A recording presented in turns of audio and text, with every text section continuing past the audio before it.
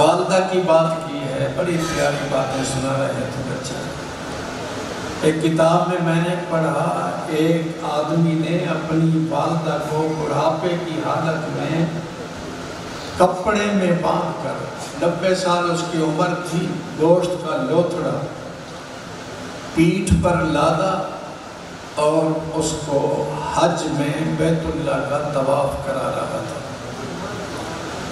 ایک بزرگ پر نظر پڑی تو اس نے کہا، یہ میری والدہ ہے جو میری پیٹھ پر سوار ہے، میں فلاں علاقے کا رہنے والا ہوں۔ تقریباً 500 یا 1000 میل کا اس نے فاصلہ بتایا۔ میں اپنی والدہ کو 6 حج اسی حالت میں کرا چکا ہوں اور یہ 7واں حج ہے۔ بزرگ سے پوچھنے لگے، کیا میں نے اپنی والدہ کا حق ادا کر دیا ہے یا ابھی بھی اس کا حق میرے ذمہ باقی ہے؟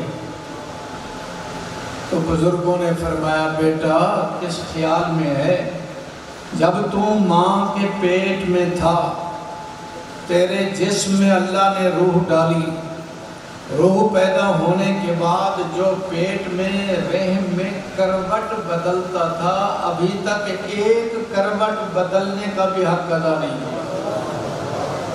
تو بچہ بہت اچھی باتیں کر رہا ہے، اور بچے سے پہلے ہمارے حضرت محترم صاحب رضوان صاحب بھائی وہ بھی والدین کے بارے میں آیت کی تلاوت فرما رہے تھے۔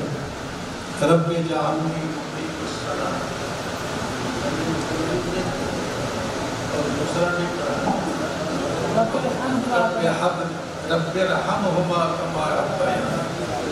انہوں نے یہ بھی ہمیں تعلیم دی ہے، والدہ کے ساتھ والد کا بھی حق ادا کرنا ہے۔ ایک والد بیمار ہوا، نوجوان کو خدمت کا موقع ملا،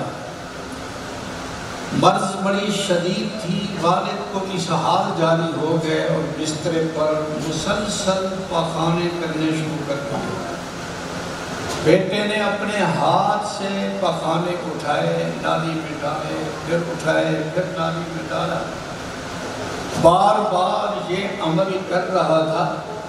تو ایک مفسر نے اس کے بارے میں فرمایا، خیال کرنا اس خدمت میں مصروف ہونے کی وجہ سے شاید تیرے دماغ میں گھمنڈ آ جائے کہ میں نے اپنے والد کا حق ادا کر دیا۔